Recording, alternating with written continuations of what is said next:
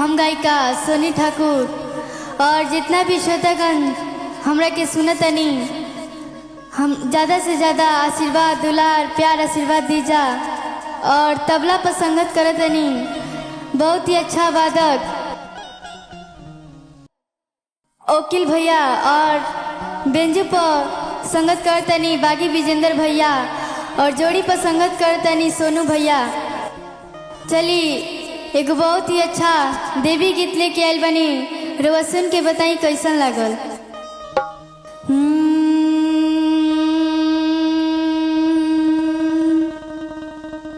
कि श्रद्धा भवानी राखा, श्रद्धा भवानी राखा,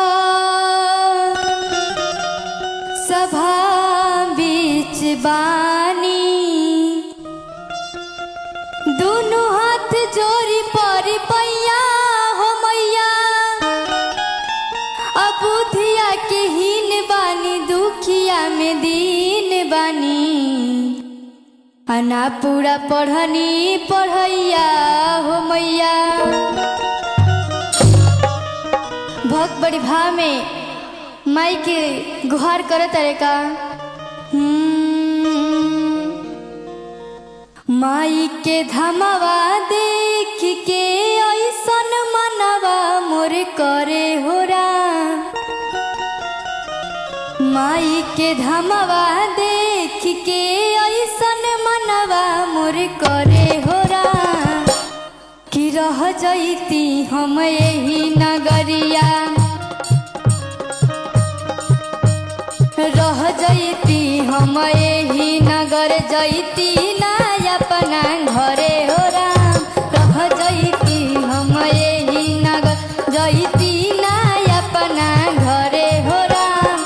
रह जैती हम यही नगरिया, माई के धमवा देख के ऐसन मनवा मोर करे हो राम। माई के धमवा देख के ऐसन मनवा मोर करे हो राम। रह जैती हम यही नगरिया, रह जैती हम यही नगर, जैती ना अपना घरे हो राम। रह जैती हम यही नगर, जैती ना अपना घरे हो राम।